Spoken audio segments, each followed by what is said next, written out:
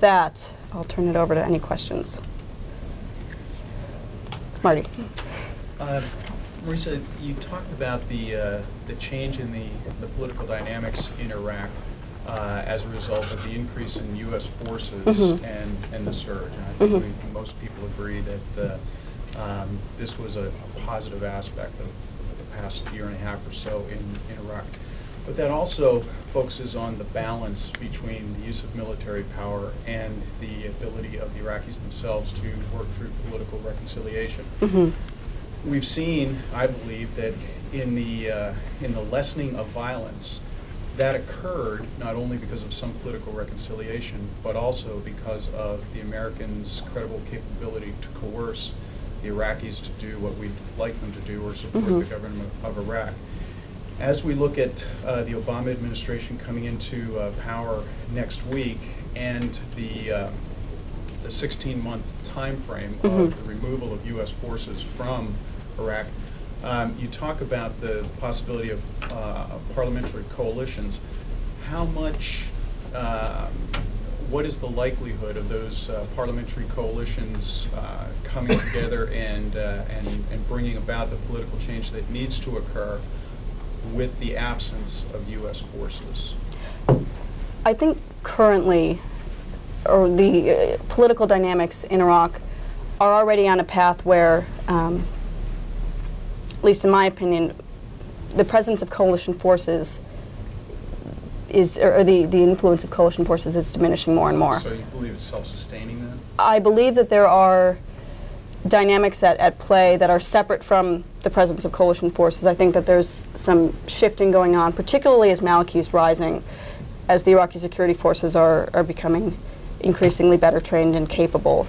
And as other Iraqi political coalitions fracture, recently you're seeing the major Sunni bloc, Tawafuk, having some internal disputes over who will succeed Mashadani as speaker. I think that these elements are all relatively separate from the presence of coalition forces. So I think that there are things at play that will happen without regard to coalition forces. I think that provincial elections and how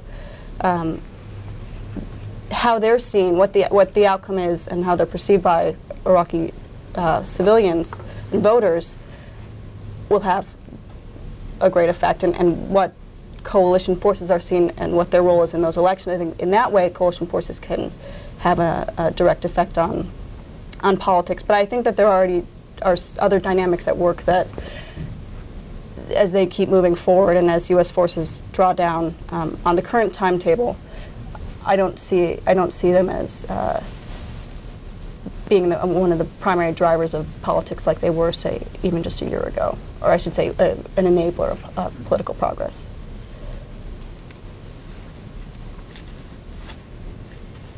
Marisa, can you talk about, if you can, give sort of an estimate of what percentage of Iraq's Shia population would likely be either sympathetic to or vulnerable to appeals by the Sadrists? And I have a second question too, which is the relationship between Muqtada and Case. Would you? Sure. In terms of the Sadrist popular appeal, the sense I'm getting talking to folks who are there is that there is, among members of his movement, some frustration with Muqtada, some frustration with his moves recently. Some of his statements they feel are undercutting their efforts to restructure the movement in what they're calling the Mujahideen, those who paved the way, this nonviolent movement. If attendance at Sadrist political rallies is an indication, that's diminishing from the large crowds they were drawing even only a year ago. I think that as stability in particularly in Baghdad increases, and prices of oil and cooking oil and other things have already dropped, I think there's a discontent and just disenchantment with JAM. I think in general, right now, the Sadrist movement is especially weak. Will they be able to regain some of that popular support? I think in in large part that will be dependent upon the outcome of elections. I think it will, how Iraqi politics or politicians are able to act going forward, and if they feel like they can actually get a better shake from working within the government, or if, you know what, this current political structure still is not working out, and maybe in that case, Muqtada and the Sadrist movement will be able to regain a foothold. But I think that the sense I've been getting is that their popular sway is severely diminished.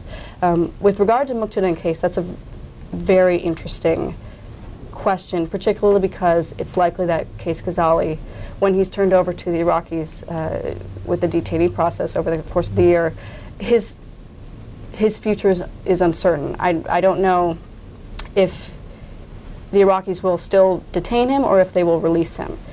If that is the case, I think it's going to be very interesting to see whether or not there is reconciliation between Case and Muqtada, or if Case goes and joins some of his closer associates who are members of AAH, and what that will mean for the movement. Because we do open source analysis, oftentimes personal relationships are some of the hardest to tease out. But it does appear that Case, he has a history of operating independently of Muqtada. After the 2004 August uprisings in Najaf, he broke from Muqtada with a couple others, including Kabi and Daraji, and operated his own force up in Sadr City. Muqtada, he was later brought back into the fold in 2005 and given a position of prominence within the movement, and then in 2006 he split away. He split away again, not necessarily formally, but that's when he became the leader of special groups. So he's had this relationship with Muqtada that is anything but stable. And I think that his relationship with Muqtada's father and his belief that he and others are actually better suited to run his father's movement and are the true heirs of that movement might creates problems within the relationship between Muqtada and Ghazali. But I think at this point, it's uncertain how that relationship will evolve if Ghazali were to be released. Marisa, you talked a little bit about Sadr actually coming back to Najaf will be the greatest threat. So, what's the likelihood that you think he would come back? If he would, what's the time frame? And is there anything that the Iraqi government can do to make him persona non grata? Or would the sentiment on the street just be outraged if they tried anything like that? I think your second question, the time frame. Sadr's aides currently say it's going to be at least 3 or a couple of years. This would be a longer-term threat. The several years estimate by his followers is actually very, very speedy to finish the traditional course of religious study it takes to reach marja status. So you might be looking at a longer period. If he were to come back, I believe it would have to happen with Iranian approval because he is in Qom right now. He is, from what I understand, under tight.